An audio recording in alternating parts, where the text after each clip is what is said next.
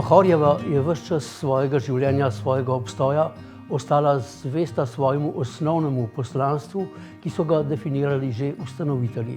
Izdajati za slovensko ljudstvo dobre knjige, ki pripomorejo k njegovemu srčnemu, kulturnemu, pa tudi gospodarskemu razvoju. Če bi morala bogato zgodovino 17 desetletij Mohorjeve družbe strniti na kratko, bi jo nekako v 5 mejnikov.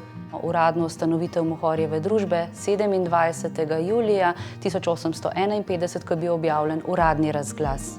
Selitev iz Celovca, kjer je bila ustanovljena, na Prevalje, selitev Mohorjeve s Prevalj v knežje mesto. Da Slovenci potrebujemo organizacijo, ki bi načrtno izdajala knjige v slovenskem jeziku. Kot zadnjo pomembno točko pa ne bom omenila nobenega novega zgodovinskega obdobja, ampak je to zagotovo to, okoli česar se celotna zgodovina Mohorjeve družbe suče, Mohorjeva knjiga in njeni ustvarjalci. Oseben stik z našimi ustvarjalci in bralci nam veliko pomenita.